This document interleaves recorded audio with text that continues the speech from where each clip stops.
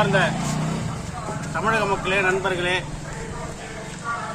பல்லையகை ஊராட்சி மன்ற கிராம மக்களே, உங்கள் அனைவருக்கும் மக்கள் அதிகார சார்பாக வணக்கத்தை தெரிவிச்சுக்கிறேங்க. குறிப்பாக பல்லையகையில் செல்லியம்மன் கோயிலுக்கு போகக்கூடிய வழி, அந்த வழி பார்த்தீங்கன்னா கடந்த 20 வருஷமாக அந்த வழிக்கு பார்த்தீங்கன்னா பல பேர் நிலங்களை கொடுத்துருக்குறாங்க வழி பாதைக்காக. ஆனால் ரோசம்மா என்றவங்களும் பஞ்சாயத்துக்கு எழுதி கொடுத்துருக்குறாங்க. அப்படி எழுதி கொடுத்துருக்கும்போது ஜெயராமன் என்ற அந்த ரோசம்மாவுடைய உறவினர் ஜெயராமன் என்றவர் என்ன பண்ணியிருக்காருன்னா, அவர் தன் பேர் மேலே அந்த நிலத்தை பட்டா போட்டுக்கிட்டு, இது என்னோட சொத்து, நான் வழி விட மாட்டேன்னு சொல்லி அடாவடியாக கடந்த காலமாக பிரச்சனை பண்ணியிருக்கதான் ஊர் மக்கள்லாம் பேட்டி கொடுத்துருக்குறாங்க.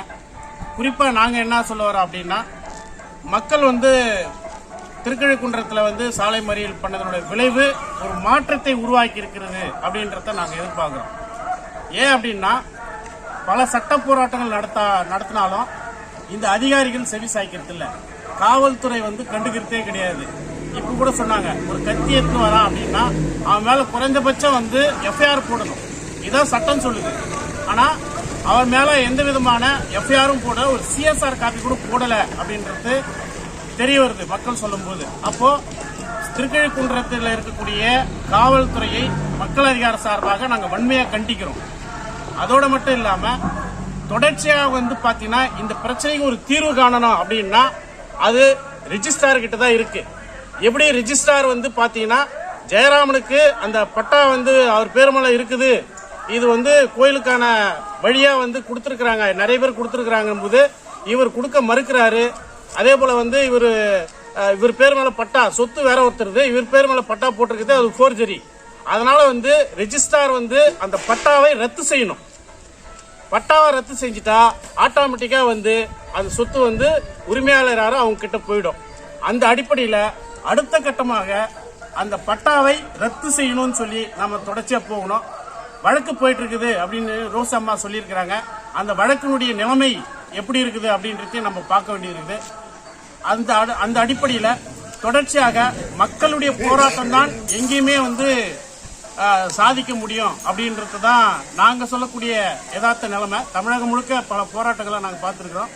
அதில் மக்கள் தீவிரமாக போராட்டனாக அந்த கோரிக்கையை நிறைவேற்ற முடியும். அந்த அடிப்படையில் ஈகையில் இருக்கக்கூடிய கிராம மக்கள் எல்லாரும் சேர்ந்து ஜெயராம் மேல இருக்கக்கூடிய பட்டாவை ரத்து செய் அப்படின்னு சொல்லிட்டு அடுத்த கட்டமாக ரிஜிஸ்ட்ராரை முற்றுகையிடணும். அந்த முற்றுகையிட போராட்டம் நடத்தும் போதுதான் உடனடி தீர்வு கிடைக்கும். சட்ட போராட்டம்ன்றது ரெண்டாவது விஷயம். அந்த அடிப்படையில் அடுத்த கட்டமா அதை செய்யணும் அப்படின்றத பல்லையகை மக்களுடைய கிராம மக்களுக்கு ஒரு மக்கள் அதிகாரத்து சார்பாக நான் கோரிக்கை விடுகிறேன். அந்த அடிப்படையில் அடுத்தடுத்து இந்த விஷயத்தை கொண்டு போய் விரைவாக தீர்வு காணணும் அப்படின்றது மக்கள் அதிகாரத்துக்கு கோரிக்கை இருக்கும். அதற்காக மக்கள் அதிகாரம் நாங்கள் என்றும் இது மக்களோட மக்களாக துணை நிற்போம் என்று கேட்டுக்கொள்கிறோம். நன்றி, வணக்கம். எங்கள் வீட்டுக்காரர் தேவராஜ் சொத்து வாங்கினார் 73. எனக்கு 2006 எனக்கு செட்டில்மெண்ட் எழுதி கொடுத்தாரு. அதுக்கு வழி கேட்டாங்க ஊரார் கோயிலுக்கு, அதுக்கும் எழுதி கொடுத்துருக்குறாரு. ரோடுக்கு இவன் வீடியாரில் பட்டா வச்சு நாங்கள் அப்பா பேருந்தால எங்களை ரொம்ப டார்ச்சர் பண்ணிக்கணுமா. இப்போ நாங்கள் தேடி போகும்போது சொத்து எங்களுதுன்னு அவங்க அப்பா இறக்குற தருணத்தில் இட்டு போய் கை நாட்டி வச்சு நான் சுயமாக சம்பாதிச்சது, நான் என் 3 பிள்ளைக்கும் நான் செட்டில்மெண்ட் எழுதுறேன்னு 3 பேர் மேலே எழுதி இவனே எழுதி அந்த ஆள் கை நாட்டு தான் மூத்தார். இவன் என்னென்ன எழுதி என் 3 பிள்ளைங்களை எழுதி வச்சுருன்னு அந்த ஆள் இறந்துட்டார் ஒரு வாரத்தில். இப்போ எங்கள் வீட்டுக்காரி நான் இறந்துட்டு ரொம்ப அராஜகம் பண்ணுறான். எங்கள் சொத்து எங்கள் அப்பா பேர் மேலே பொது சொத்து வேறு இருக்குது சார், 60 சென்ட்டு, அதுவும் அவன்றான். நாங்கள் வாங்கினது 1 ஏக்கரு, அதுவும் எந்த யாருக்கு உங்களுக்கு எதுவுமே கிடையாதுன்றோம். எனக்கு 2 புள்ள 2 பொண்ணு இருக்குது சார். அவங்க 3 பேர் அண்ணன் தம்பி, 2 பொண்ணு அவங்களுக்கு மூத்தா இருக்கு. இப்போ பண்ணுறது ஜெயராமன்றதான் தான் ரொம்ப அராஜகம் பண்ணி தெரியும். அந்த மாதிரியா இருக்குது சார். நீங்கள் தான் ஏதோ ஒரு வழி பண்ணி எங்களுக்கு எங்கள் சொத்து வராமல் பண்ணணும் சார். எங்கள் அப்பா அப்பா வந்து என் பேர் வெங்கடேசன். எங்கள் அப்பா பேர் தான் செல்வராஜ் நாயுடு, உலக நாயுடைய அவங்க அப்பா பையன் அவர். எங்கள் அப்பா இடம் வாங்க சொல்ல பார்த்தீங்கன்னா செங்கல்பட்டில் இருந்தார். செங்கல்பட்டில் ஒரு டயர் கடை வச்சுன்னு அங்கே தான் இருந்தார். அங்கேருந்து சொல்ல இந்த இடத்த வாங்கி அண்ணன், அவர் பேர் வந்து லட்சுமண் நாயுடு, அவர்கிட்ட வந்து பயிர் வைக்க கூட வந்து சொந்த இடமும் இருக்குது, பொது சொத்தும் இருக்குது. அங்கே அது கூட சேர்த்து இடத்த வாங்கி இவங்ககிட்ட அண்ணங்கிட்ட பயிர் வைக்க விட்டுக்கிறாரு. அப்போ வந்து என்ன ஆச்சுன்னா யூடிஆரில் பட்டா போட வர சொல்ல என்ன பண்ணார், அந்த பொது சொத்து கூட இது ஏன் நிலம் தான்ட்டு எங்கள் அப்பா வாங்கின இடத்தையும் சேர்த்து யூடிஆரில் பட்டா போட்டாங்க. அப்போ வந்து எங்கள் பெரியப்பா வந்து எங்கள் அப்பாவுக்கு எதுவும் சொல்லலை, இதுமாரி போட்டுக்கிறாங்கடா நான் வாங்கிக்கிறேன் எதுவும் சொல்லலை. போட்டாங்கன்னா அப்படியே வந்து சொல்ல உன் இடம் தாடா எல்லாம் உங்களுக்கு பயிரை வச்சு பாகவத்து அந்த செங்கல்பட்டுக்கு அமைச்சிருந்தார். மற்றபடி அப்புறம் என்ன பண்ணாருன்னா இந்த இது கிணறு எடுக்கணும்டா, இது ஆயில் இன்ஜின் வாங்கணும், அதுக்கும் லோன் வாங்கி எங்கள் அப்பா தான் வாங்கி லோனு வாங்கி கொடுத்துக்கிறாரு, எல்லாமே பண்ணிக்கிறார். இதுவும் சரி உங்கள் இடம் தான்டா, நீ வந்து இங்கே வர சொல்ல உங்களுக்கு பிச்சு கொடுத்துட்றேன், எல்லாத்தையும் கொடுத்துட்றேன், இது புது சொத்துலேயே கொடுத்து சொல்லிக்கிறாரு. ஆனால் வந்து பார்த்தீங்கன்னா இது யூடிஆரில் தப்பாக போடுறதையும் வந்து சொல்லலை. அப்போ வந்து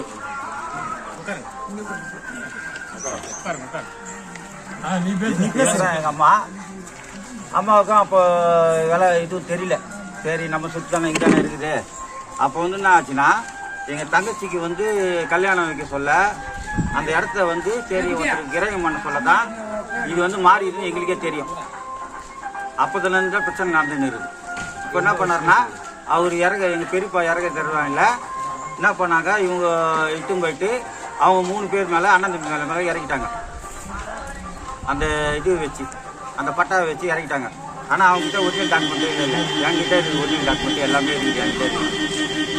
இதை வச்சு பட்டா போக சொல்ல தான் இதுமாரி இது மேலே இறங்கி வச்சுட்டாங்க. அப்புறம் வந்து அம்மா பேர் மேலே அப்பா இறக்கிறதுனால அம்மா பேர் மேலே செட்டில்மெண்ட் பண்ணிக்கிறாரு, அது டாக்குமெண்ட்டும் இருக்குது என்கிட்ட. அதை வச்சு அம்மா என்ன பண்ணாங்கன்னா ஊருக்கு வழி கேட்டாங்க, எல்லாருமே விட்டுக்கிறாங்க நீங்களும் விடுங்கன்ட்டு ஊர் ஜனங்கள்லாம் வந்து கேட்கல, பஞ்சாயத்துக்கு எழுதி கொடுத்துக்கிறாங்க அம்மா. அந்த இடத்துல தான் இப்போ பிரச்சனை பண்ணிக்கிறாங்க.